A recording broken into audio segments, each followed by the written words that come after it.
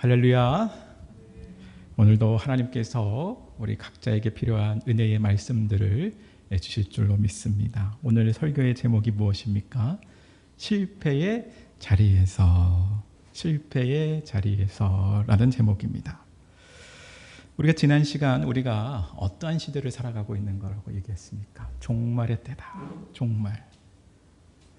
종말의 때의 특징이 무엇입니까? 점점 유혹의 강도가 점점 강해진다는 것이죠. 그래서 디모데후서 3장 1절에 보면 너는 이것을 알라 말세의 고통의 때가 이르러. 고통의 때다. 그리고 21장 8절에 보면 이르시되 미혹을 받지 않도록 주의하라. 아무리 믿음이 좋은 사람들도 이 종말의 때에는 여러 가지 유혹으로 인해 낙심하고 넘어질 수 있다는 사실입니다. 오늘 본문에 바로 사탄의 유혹에 넘어간 한 사람이 등장합니다. 누구입니까? 가룟 유다입니다. 가룟은 유다 남부의 한 지명을 뜻합니다. 유다는 하나님을 찬양하다라는 뜻입니다. 이름이 참 좋습니다. 가룟 유다. 그는 예수님이 직접 부르신 제자 12명 중에 하나였습니다. 그는 요한복음 12장 6절에 보면 예수님의 제자 공동체 안에서 재정을 맡은 사람, 돈꾀를 맡은 자였다고 하는 것이죠. 당시 유대 사회에서 이 돈을 관리하는 직무는 가장 탁월하고 신뢰할 수 있는 사람에게 맡겼다고 합니다. 우리로 치면 목사님 곁에서 충성을 다하는 어떤 일꾼이지 않았는가. 이후에 예수님의 만찬, 마지막 만찬에서도 예수님이 너희 중 하나가 나를 팔 것이다 라고 이렇게 이야기했을 때 그 누구도 가룟 유다를 의심하지 않았습니다. 또 유다가 만찬 도중에 자리를 비웠을 때에도 그가 명절에 쓸 구제 물품을 구입하러 갔다고 제자들은 생각합니다. 겉으로 보기에는 어떠한 모습입니까? 완벽한 제자들의 모습, 제자의 모습, 신실한 성도의 모습이었다는 겁니다. 이랬던 유다가, 제자가 예수님을 배반하게 된 결정적인 계기가 오늘 본문에 등장하고 있다는 겁니다. 1절에 보시면 여러분 6월절이라 하는 무교절이 다가오매 이 본문의 배경입니다. 여러분 6월절은 어떠한 절기입니까? 6월절, 6월 넘어가다. 6월절 어린 양의 피로 이스라엘 백성들이 이 구원받은 그날을 기억하는 절기라는 것이죠. 어린 양의 피를 문설주와 임방에 발랐을 때 하나님께서 그 심판의 재앙을 보고 넘어가셨던 그 사건, 우리 구원의 예표가 되는 그 사건을 기념하는 날이 바로 6월절입니다. 그런데 그날을 바로 무교절이라고도 합니다. 6월절이 되면 그 첫날에는 그 양을 잡고 먹고 난 다음에 그 둘째 날부터는 누룩 없는 빵, 누룩이 들어가지 않는 무교병을 7일 동안 먹었다고 합니다. 7일 동안. 여러분 왜 누룩 없는 빵을 먹는 겁니까? 누룩 없는 빵? 누룩이 들어가야 맛있잖아요. 성찬할 때 왜 크림치즈가 안 들어가는 거예요? 넣으면 맛있잖아요. 이 누룩은, 성경에서 누룩은 죄입니다. 죄. 누룩 없는 빵을 먹는다는 건 뭐냐면 거룩한 삶. 바로 6월절 어린 양의 피로 말미암아 구원받은 하나님의 백성은 어떠한 삶을 살아가는 겁니까? 누룩 없는 빵을 먹는 것. 바로 거룩한 삶을 살아가야 한다는 것을 바로 이 절기를 통해서 보여진다는 것이죠. 지금 예수님은 어디로 향하고 계십니까? 온 인류를 위해 드려지는 6월절의 어린 양이 되기 위하여, 그리고 누룩과 같은 우리의 죄를 다 사하여 주시기 위하여 그 십자가의 사역을 준비하고 계신 겁니다. 그런데 당시 상황은 어떻다고 성경은 이야기합니까? 우리 2절을 다 같이 한번 읽어보도록 하겠습니다. 2절 시작. 대제사장들과 서기관들이 예수를 이는 당시 어떤 상황입니까? 대제사장, 서기관들이 예수님을 죽일까 궁리를 합니다. 궁리했다는 건 뭐냐면 어떻게 죽일까? 어떻게 합당하게 죽일까? 그리고 뒤에 보니까 백성들을 두려워하니 몰래 어떻게 죽일까? 뭐 이런 의미입니다. 예수님께서 예루살렘에 들어오셔서 성전을 정화하신 다음에 이 종교 지도자들과의 논쟁을 마치셨지요. 그 결과가 어땠습니까? 그들의 죄악이 다 낱낱이 드러난 겁니다. 그들의 거짓도 다 드러난 것이지요. 그래서 그들이 예수님을 잡아 죽이려고 하는 겁니다. 그런데 오늘 이 본문에 이 종교 지도자들과 함께하는 한 영적인 세력이 등장합니다. 누구입니까? 누구라고 하기도 싫은 누구예요? 사탄이 등장합니다. 사탄. 3절을 한번 보시면 3절도 한번 읽어볼까요? 시작. 12 중에 하나인 가룟이라 부르는 유다에게 사탄이 들어간다. 지금 이 사탄이 전면적으로 드러나는 겁니다. 이런 사탄이 무엇입니까? 또 사탄. 성경 전체에서 사탄은 하나님의 이 구원 계획을 방해하는 세력으로 등장을 하는 것이죠. 참소하는 자, 중상, 모략하는 자입니다.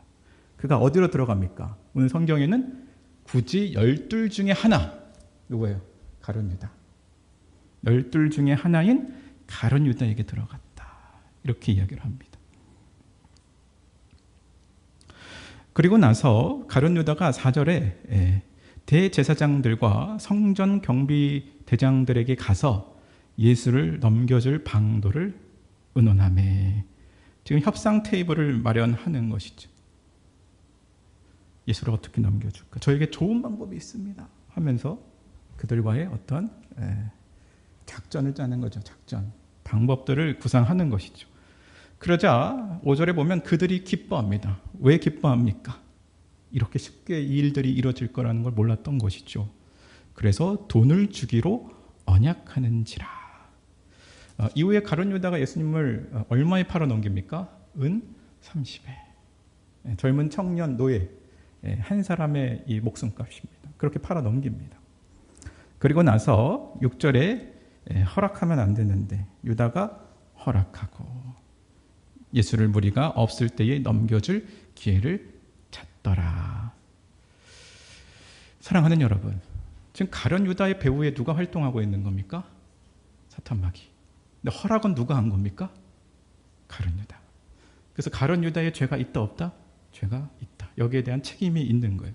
그러니까 사람들이 우리가 죄를 지어도 사탄의 유혹을 받았으니까 이런 생각을 합니다. 어쩔 수가 없으니까. 아니에요. 책임은 본인이 지는 거예요.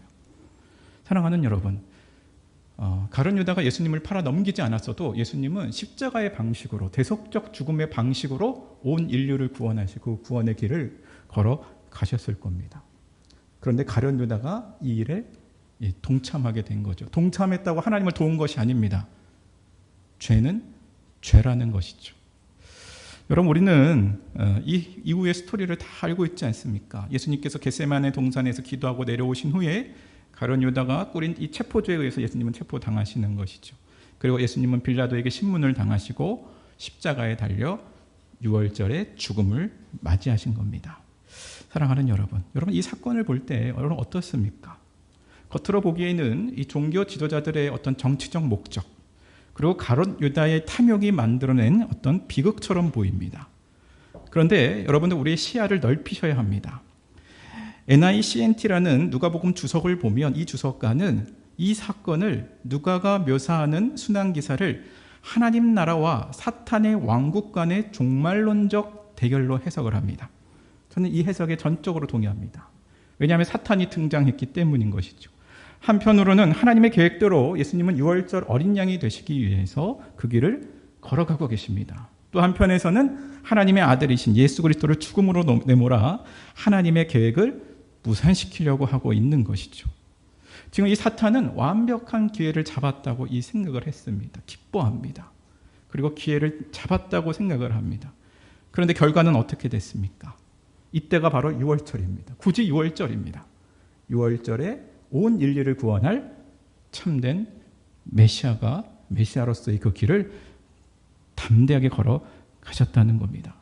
그리고 사탄의 무기는 인간의 죄입니다. 인간의 죄가 그들의 활동 통로입니다. 그런데 예수님께서 그 죄를 짊어지시고 십자가에서 자신이 형벌받는 방식으로 그 죄들을 해결했다는 겁니다. 결국 인간을 괴롭히는 죄와 사망이라는 무기를 빼앗긴 사탄은 결국 무력하게 된 것이죠. 히브리서 2장 14절 15절에 보면 자녀들은 혈과 육에 속하였음에 그도 또한 같은 모양으로 혈과 육을 함께 지님은 죽음을 통하여 죽음의 세력을 잡은 자 곧 마귀를 멸하시며 또 죽기를 무서워하며 한평생 매여 종노릇하는 모든 자들을 놓아주려 하심이니. 아멘. 결국 이 십자가의 이 사건을 통해 바로 이 사단의 권세는 무력화되어지고 한평생 종노릇하며 살아가는 우리의 삶이 어떻게 됐습니까? 구원받고 참된 해방을 얻게 되었다는 것이죠. 할렐루야. 사랑하는 여러분, 이 영적인 싸움, 이 싸움은 지금 우리 가운데 이루어지고 있다는 사실을 기억하시기를 바랍니다. 우리가 이미 구원받았잖아요. 한편에서는 하나님께서는 우리의 구원을 완성하기 위해서 그리스도의 승리를 가지고 우리와 함께 일하시고 계시고, 또 한편에서는 이것을 막아서는 공중의 권세 잡은 자 마귀가 우리를 미혹하고 넘어뜨리려고 하고 있다는 겁니다. 결국 우리의 싸움은 뭐냐면 이 땅에서 하나님 나라의 복을 누리느냐 누리지 못하느냐, 복된 삶을 살아가느냐 괴롭게 살아가느냐, 여기에 달려 있다는 것이죠. 바로 이 내용을 토대로 우리 세 가지 은혜 정도를 한번 나눠보자면, 첫 번째로는 우리는 현실 너머의 영적 전쟁을 바라봐야 합니다. 우리 인식의 차원이죠. 사람들은 현실이라고 합니다. 현실이 중요하다. 현실이 문제다. 현실이 어렵다. 여러분, 현실이 뭡니까? 현실? 어떤 우리 눈앞에 이루어지는 객관적인 상황이 현실입니다. 그런 상태. 그런데 우리는 그 현실만 보는 것이 아니라 그 현실 너머에 뭘 봐야 돼요? 영적인 전쟁. 영적인 전쟁. 우리 인간에게 있어서 가장 큰 기쁨과 행복은 뭡니까? 출생입니다. 출생. 자녀를 낳아보면 압니다. 또 우리 인간에게 있어서 가장 큰 슬픔과 고통은 무엇입니까? 출생의 반대, 곧 죽음입니다. 우리는 그 생명과 그 죽음 사이를 살아가고 있는 겁니다. 죽음으로 가고 있는 것이죠. 죽음으로 가고 있는 이 삶 가운데 이 고통의 삶을 살아가고 있는 겁니다. 그런데 성경은 우리가 눈에 보이는 현실이 전부가 아님을 이야기하고 있다는 겁니다. 창세기 3장 15절에 보면 원시복음의 말씀이 나옵니다. 그래서 아담과 하와가 범죄한 후에 하나님께서 뱀에게 저주하실 때 이런 말씀을 하십니다. 창세기 3장 15절 보시면, 내가 너로 여자와 원수가 되게 하고 내 후손도 여자의 후손과 원수가 되게 하리니. 아멘. 여자의 후손이 누구죠? 예수 그리스도. 그러면 신약시대 예수 그리스도인데 예수 그리스도만 여자의 후손입니까? 그렇지 않습니다. 예수 그리스도를 믿는 제자 공동체인 교회도 여자의 후손입니다. 그러면 뱀의 후손은요? 뱀의 후손. 사단마귀라는 거, 사단마귀. 성경은 이 타락한 세상은 영적으로 이 두 세력이 존재한다고 이렇게 설명하고 있는 겁니다. 이 두 세력 간의 전쟁이다라는 이런 표현을 하고 있는 겁니다. 지금 그리스도께서 이미 사단의 머리를 짓밟으셨기 때문에, 그리스도의 승리를 가지고 우리가 이 싸움을 살아가고 있기 때문에 우리가 해볼 만한 싸움이기는 한데, 이 싸움은 참으로 쉽지만은 않는 싸움입니다. 신실한 성도들도 넘어지고 낙심하고 포기할 만한 싸움이라는 거죠. 가룟 유다도 넘어졌습니다. 12 제자 중 하나가 넘어졌다라는 겁니다. 사랑하는 여러분, 이게 쉽지 않은 전쟁이라는 거죠. 어떤 목회자가, 남성 목회자가 사창가에 복음을 전하기 위해서 홀로 들어가신 분이 있답니다. 자기는 그런 유혹을 이제 받지 않을 거라고 생각을 한 거죠. 목사이고 말씀이 있고 성령이 내 안에 계시는데, 결국 그분이 복음을 전하다 거기에 빠져버립니다.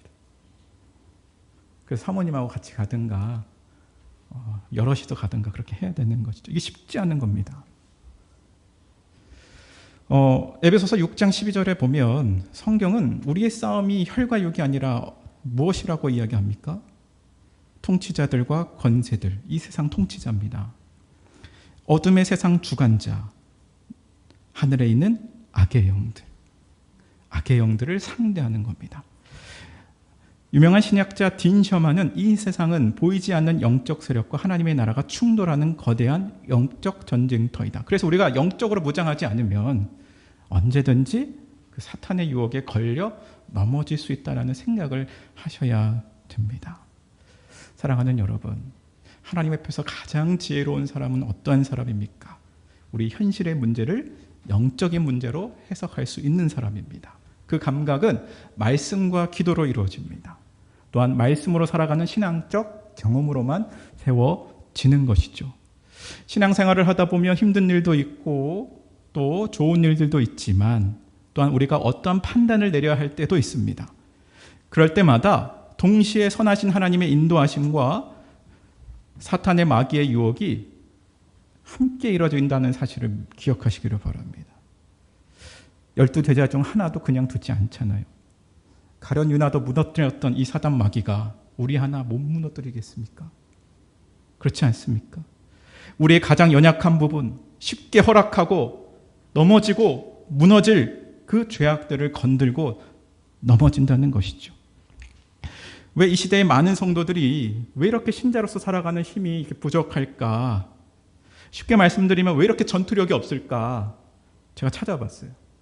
왜 이렇게 영적 미숙아처럼 살아갈까? 그랬을 때 존 파이퍼라든지 데이비드 웨이스, 마이클 호튼, 이 복음주의의 건강한 이 목사님들, 신학자들이 어떤 의견을 냈냐면 종합해 보니까 교회 안에 현실의 문제를 해결하는 그것을 바라보게 하는 설교와 가르침 때문이라고 이렇게 지적을 합니다. 대표적으로 독일의 조직신학자 몰트만이 그렇습니다. 몰트만. 장신대에서도 교수님 중에서 이분의 제자분들이 있기 때문에 제가 막 함부로는 막 이렇게 말할 수는 없겠지만 그의 대표적인 저서가 십자가에 못 박히신 하나님입니다. 그는 십자가에 못 박히신 그 하나님이라는 책에서 십자가 사건을 단순 과거의 역사적 사건이 아니라 삼위일체 하나님 전체가 겪은 고통이자 인류를 해방하는 사건이라고 이렇게 해석을 합니다. 정말 멋있는 말입니다. 이 책이 1972년에 나왔습니다. 당시에 파격적인 어떤 제안이었다는 것이죠. 우리는 전통적으로 십자가를 어떻게 봅니까? 형벌, 대속적 죽음. 내가 받을 죄의 형벌을 대신 받으신 그 죽음. 이렇게 표현을 하잖아요. 그런데 몰트만은 십자가를 하나님과 그리스도 사이의 분리와 버려짐의 고통으로 이해합니다. 그래서 십자가에서 하나님은 친히 아들을 잃은 아픔을 겪으셨고 십자가에서 버림받으신 그리스도는 이 세상에, 이게 중요해요, 소외되고 고통받고 억압받는 모든 자들과 연대하는 분이시다. 형벌 대속적 죽음을 뺀 겁니다. 그래서 구원이란 인간 개인을 넘어 소외된 사회구조, 더 나아가 파괴된 자연세계가 하나님의 생명 안으로 통합되는 전 지구적 사건이다. 이렇게 정의합니다. 여러분, 쉽게 말씀드리면 하나님 나라의 구현, 이 땅의 현실 문제에 집중하게 만드는 어떤 신학적 흐름으로 들어갑니다. 그래서 이 몰트만의 주장에 한국교회 건강한 목사님들도 이렇게 이야기를 합니다. 이런 신학적 배경을 가진 설교와 가르침은 교회 안에 온통 현실과 사회 문제로만 채우게 만들었다. 이렇게 평가를 합니다. 사랑하는 여러분, 우리 기독교는 현실의 문제와 싸우는 종교가 절대 아닙니다. 우리 기독교는 현실의 문제 자체도 그것을 영적으로 바라보고 우리가 주님의 제자로서 살아가지 못하는 그 배후의 사탄의 유혹과 싸우는 종교라는 것을 믿으시기를 바랍니다. 우리가 교회 생활에 어떤 한정지어서 우리가 영적인 전쟁을 하고 있다고 생각하지 마시기를 바랍니다. 목사님, 요즘 제가 마음의 평안이 없습니다. 목사님, 왜 제 이렇게 몸의 상태가 컨디션이 안 좋습니까? 왜 저는 이런 사람들만 만납니까? 왜 이런 사람들만 제 주변에 있습니까? 왜 이런 식의 이런 말씀을 주십니까? 설교 나눔 가운데 왜 저 사람 저렇게 고백하는 겁니까? 우리 앞에 펼쳐지는 이 현실만을 바라보는 것이 아니라 우리는 그 현실 너머에 우리를 위해서 일하시는 하나님의 역사를 바라봐야 한다는 사실입니다. 사랑하는 여러분, 현실에 갇혀서 실패하고 넘어지지 마시고 현실 넘어 우리를 위해서 싸우시는 하나님의 그 크신 사랑과 은혜를 바라보며 믿음으로 승리하는 저와 여러분들 되시기를 주의 이름으로 축원합니다. 자, 두 번째로 이 가룟 유다도 이 현실 너머의 그 하나님의 역사를 바라보지 못했기 때문에 실패한 겁니다. 이 현실 너머 하나님의 그 크신 계획들을 바라봤다면 가룟 유다는 2000년간 배신의 아이콘으로 자리 잡진 않았을 겁니다. 그래서 두 번째로는 우리도 물러서지 않아야 되는 것이죠. 두 번째로 우리도 내 안에 있는 세속적 열망을 반드시 경계해야 합니다. 사단 마귀는 이것을 가지고 우리를 무너뜨린다는 것이죠.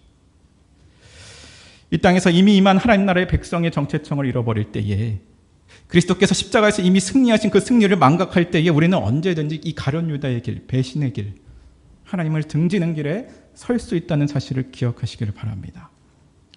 가룟 유다도 예수님과 가까이 있는 존재입니다. 그리스도 안에 있는 존재죠. 저와 여러분들도 믿음으로 그리스도 안에 있는 존재다. 근데 가룟 유다는 왜 예수님을 배반했습니까? 5절에 보면 돈을 주기로 언약했더라. 돈입니다. 돈. 말 그대로 세속적 욕망입니다. 가룟 유다는 어떤 메시아를 소망합니까? 예수님께서 로마의 군대를 무찌르시고 이스라엘을 회복하셔서 12제자들이 그 정권의 핵심이 되어 부귀영화를 누릴 것을 소망했다는 겁니다. 그런데 예수님께서 시간이 지날수록 이상한 소리를 하는 겁니다. 누가복음 18장에 보면 예수님의 순환 예고 세 번째, 보라, 우리가 예루살렘으로 올라가노니 선지자들 통하여 기록된 모든 것이 인자에게 응하리라. 그가 이방인들에게 넘겨져 희롱당하고 침뱉음을 당할 것이며 그들은 채찍질을 하고 그를 죽일 것이나 그는 3일 만에 살아나리라. 아멘. 이 유다의 세속적 열망을 송두리째 짓밟는 예수님의 그 청천벽력과 같은 말씀이라는 겁니다. 이제 예루살렘에 들어가면 예수님이 왕이 되시면 나의 인생은 이제 영광의 길만 펼쳐질 텐데 지금 예수님은 십자가에 달려 죽는다, 그런 소리를 하고 있는 겁니다. 그래서 가룟 유다가 이 사탄이 들어왔을 때 그것을 저항하지 않고 허락해버린 겁니다. 사랑하는 여러분, 이 가룟 유다와 같은 이 세속적인 열망 우리 안에는 없다고 할 수 있겠습니까? 저는 이 말씀을 보면서 가룟 유다는 가룟 유다가 아니라 가룟 대연이구나. 우리가 가룟 유다구나. 예수님을 믿고 잘 먹고 잘 살아가야 되는 어떤 목적을 품지 않습니까, 우리가? 저는 안 그런데요. 거짓말하지 마세요. 마음속 깊은 그 내면을 들여다보면 예수 믿고 좀 잘 됐으면 좋겠다. 이 땅에서 잘 풀리고 좀 복되게 살았으면 좋겠다. 저도 찬성이에요. 우리 성도들이 그렇게 되기를 원합니다. 근데 실패하면 하나님 원망할 겁니까? 또 예수님을 믿고 세상에 나가서 성공하면 그것이 하나님이 주신 성공이라고 여러분 바라보시겠습니까? 예수님도 하늘의 미랄이 되셔서 그 땅에 떨어졌는데 세상에 실패하셨는데 그럼 그분의 인생은 실패작입니까? 절대 그렇지 않다는 겁니다. 우리는 여전히 너희가 내 제자가 되려면 자기를 부인하고 자기 십자가를 지고 나를 따라오라는 그 말씀을 부담스러워합니다. 이 말씀에 진지하게 마주하면 우리 내면의 갈등과 가족 간의 불화와 포기할 것들이 많이 생기는 것이죠. 어쩌면 이 시대가 교회에 많은 사람들을 묶어두려고 주를 위해서 아무것도 포기하지 않아도 된다는 그런 분위기를 만들어가고 있는 것 같습니다. 우리 교회에 오면 어떻습니까? 칭찬해 줍니다. 넌 신앙이 좋다. 너의 고백은 참으로 훌륭하다. 우리가 이런 평가를 받습니다. 저도 여러분들을 그렇게 바라보고 그렇게 신뢰하며 살아갑니다. 문제는 뭐냐면 하나님과 이 본인만 아는 그 문제. 그 문제입니다. 내면의 문제. 누구도 해결해 줄 수 없는 그 문제입니다. 이 본문 뒤쪽으로 가보면 예수님이 이 마지막 만찬 때 이 중에 이 제자들과 이렇게 만찬을 나누시면서 이따가 한번 만찬을 하면서 한번 생각을 해봐요. 이 중에 나를 팔 자가 있다 이렇게 얘기하십니다. 누구는 속여도 누구는 못 속입니까? 우리 주변과 환경은 속여도 하나님, 바로 예수님은 절대로 못 속입니다. 사랑하는 여러분, 우리 내면의 깊은 곳에 하나님 나라의 열망이 아니라 세속적 열망으로 가득 채워져 있다면, 혹은 예수님을 나의 작고 소박한 세속적 안정을 유지하는 도구로 이용하고 있다면 어쩜 우리는 가룟 유다의 길을 걷고 있는지도 모른다는 사실인 것이죠. 사랑하는 여러분, 기독교 역사는 안타깝게도 배신과 배반의 역사입니다. 이만큼 구원의 길은 좁은 문이며 좁은 길이며 비용을 지불하지 않고는 갈 수 없는 길임을 여러분 기억하셔야 합니다. 1, 2세기 초기 교회 시대 가운데 로마 황제가 기독교인들을 잡아서 짐승의 밥으로 던져 넣었답니다. 황제 신상에 절을 하면 살려주고 거부하면 죽음으로 내몰았답니다. 난 예수 안 믿어요. 신앙의 포기각서를 쓰면 살려주었다고 합니다.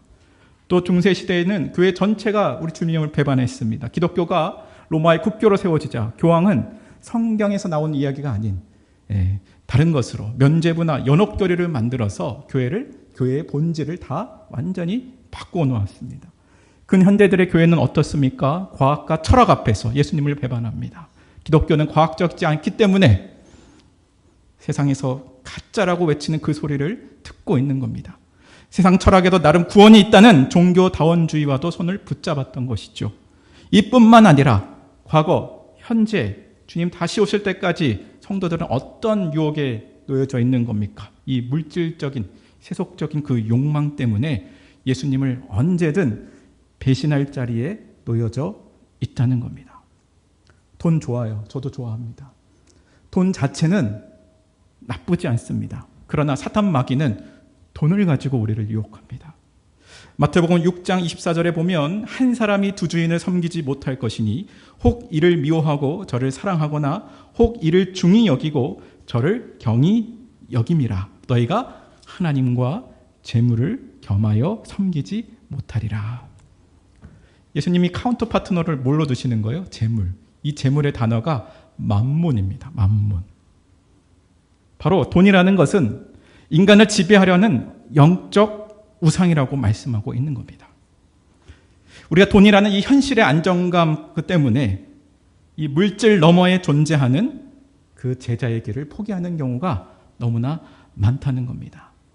제 경험상 적당히 신앙생활하면서 세속적 욕망으로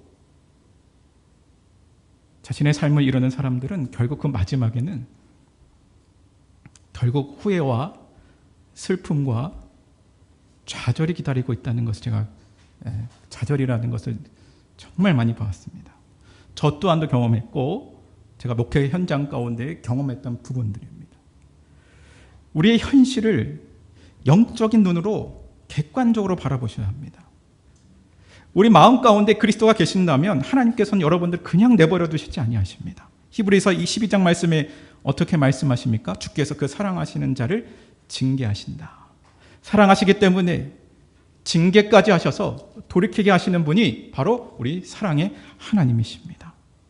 이 땅의 수많은 성도들이 자녀들의 세속적 성공, 자녀들의 세속적 결혼, 세속적 자녀 교훈에 그리스도를 향한 그 신앙을 팔아넘깁니다. 세상은 세속적 열망으로 살아가는 성도에게 손을 내밀고 있습니다. 그들과 함께 이 땅에 예수 그리스도의 구원이 없음을 선포하고 있습니다.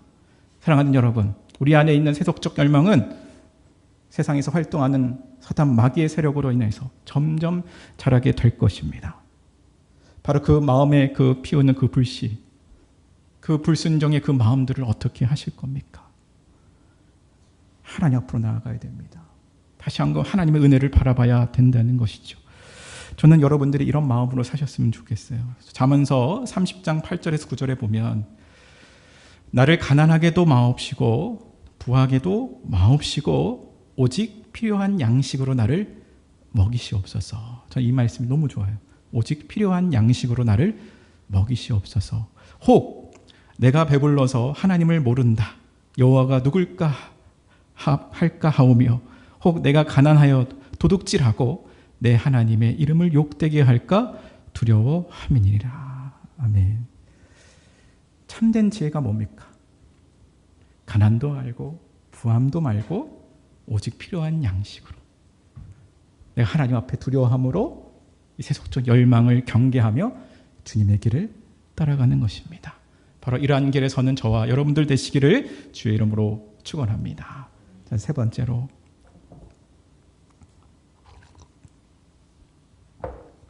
우리가 현실 너머의 영적 전쟁을 바라봅니다. 내 안에 있는 세속적 열망을 경계해야 되는 것이죠. 이렇게 보면 참 우리는 실패가 많습니다. 주저앉고 넘어질 때가 너무 많은 거예요. 그럴 때 우리는 어떻게 해야 됩니까? 다시 은혜를 바라봐야 된다는 겁니다. 사랑하는 여러분, 가룟 유다는 제자로서 실패했습니다. 우리로 치면 성도로서 실패한 겁니다. 교회적 삶에서 무너진 겁니다. 이 가룟 유다는 이후에 어떻게 됐습니까? 마태복음 27장 5절에 보니까 유다가 은을 성소에 던져놓고 물러가서 스스로 목매어 죽은지라.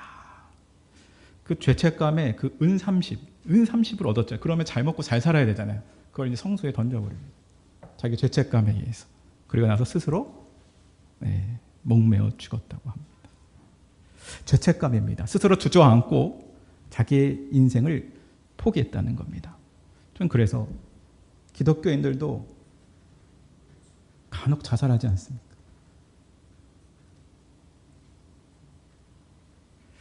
그런데 예수님의 제자 중 배반했던 제자 가룟 유다 외에 또 한 명이 있죠. 누굽니까? 기억나는 제자가 있습니까? 시몬 베드로. 시몬 베드로도 예수님을 배반했던 제자였죠. 그래서 예수님이 잡히시자 제자들은 다 도망갔고 베드로는 그 뒤를 따라갔지만 바로 예수님을 모른다 3번이나 부인합니다. 그리고 예수님을 저주까지 합니다. 그런데 그의 마지막 인생은 어떠했습니까? 훗날 그는 초대교회의 위대한 지도자가 됩니다. 예수님을 부인했던 그가 회복되어 끝까지 복음을 전하다 순교의 삶으로 자신의 삶을 영광스럽게 마무리했다는 겁니다. 여러분, 이 두 사람의 운명을 가른 결정적인 차이가 뭡니까? 가룟 유다는 자신의 실패 앞에 주저앉고 포기했다는 겁니다. 자기 스스로 이 문제를 해결하려 했다는 겁니다. 그런데 베드로는 다시금 주님의 은혜를 붙잡았다는 겁니다. 제가 달리 설명해 드릴게요. 붙잡았기보다는 주님께서 먼저 베드로를 찾아오셨다는 겁니다. 그 말씀이 요한복음 21장에 나옵니다. 21장 15절에 보면 그들이 조반 먹은 후에 예수께서 시몬 베드로에게 이르시되, 부활의 예수님이 그들에게 나타나신 것이죠. 제자 공동체에게 또 베드로에게 나타나신 것이죠. 그리고 예수님께서 이렇게 말씀하십니다. 요한의 아들 시몬아, 내가 이 사람들보다 나를 더 사랑하느냐? 그러자 주님, 그러하나이다. 내가 주님을 사랑하는 줄 주님께서 아시나이다. 이렇게 고백을 했다는 겁니다. 예수님의 질문이 무엇입니까? 시몬의, 요한의 아들 시몬아, 내가 너를 이 사람들보다 나를 더 사랑하느냐? 결국 베드로의 고백은 네, 주님 사랑합니다. 그 십자가에 달리신 예수 그리스도, 부활하신 예수 그리스도를 다시 바라보게 하셨다는 겁니다. 사랑하는 여러분, 저는 이것이 회개이지 않을까. 현실의 문제에 매여 하나님 나라를 바라보지 못하고 내 안에 내 삶의 세속적 욕망을 허락하며 살아갔던 가룟 유다의 삶을 중단하고 6월절 어린 양 되셔서 십자가에 달리신 우리 주 예수 그리스도의 은혜를 다시 바라보는 것이 바로 회개이지 않을까. 여러분, 이것을 우리는 바라봐야 된다는 겁니다. 신앙의 패배주의는 반드시 예수 그리스도의 십자가 앞으로 나갈 때 해결된다는 사실을 믿으시기를 바랍니다. 뿐만 아니라 여러분, 또 우리는 어떻습니까? 우리는 실패하고 주저앉고 있어도 포기하려고 할 때 하나님께서 우리에게 무엇을 선물로 주셨습니까? 교회를 선물로 주셨다는 겁니다. 우리를 다시 일으켜줄 지역교회를 선물로 주셨다는 겁니다. 저는 이 가룟 유다의 실패의 원인을 고립으로 봅니다. 고립이 뭡니까? 홀로 고민했고 홀로 자책을 하고 홀로 자신의 문제를 해결하려고 했다는 겁니다. 반면 베드로는 여전히 제자 공동체 안에 있다는 겁니다. 우리로 치면 지역교회 안에 머물러 교회의 관할가치리에 복종하며 교회로서 살아갔다는 겁니다. 우리가 실패하고 넘어졌을 때 우리의 삶의 방향키를 오직 예수 그리스도의 복음과 교회의 공동체로 돌려놓을 때에 하나님께서는 역사하셔서 그의 인생을 회복시킨다는 것이죠. 사랑하는 여러분, 교회는 세상이라는 영적 전쟁으로 나아가는 성도들의 전초기지입니다. 교회는 현실의 싸움에서 치열하게 부딪히며 상처 입은 자들의 모임입니다. 세속적 열망에 속아 잠시 넘어졌던 자들이 회복함으로 함께 울고 웃는 승리의 자리임을 여러분 기억하시기를 바랍니다. 그래서 우리는 오직 예수 그리스도, 오직 교회로 나아가야 된다는 겁니다. 말씀을 맺고자 합니다. 사랑하는 여러분, 이번 한 주간에도 삶의 자리 가운데 저 현실 넘어 영적인 세상, 바로 영적인 전쟁, 하나님이 우리를 위해서 싸우시는 그 싸움을 바라보시기를 바랍니다. 또한 우리 안에 세속적 열망을 경계하시고 혹은 넘어져도 다시 일어나게 하시는 그 십자가의 은혜를 날마다 바라보시고 교회로서 마침내 승리하는 저와 여러분들의 삶이 다 되시기를 주의 이름으로 축원합니다.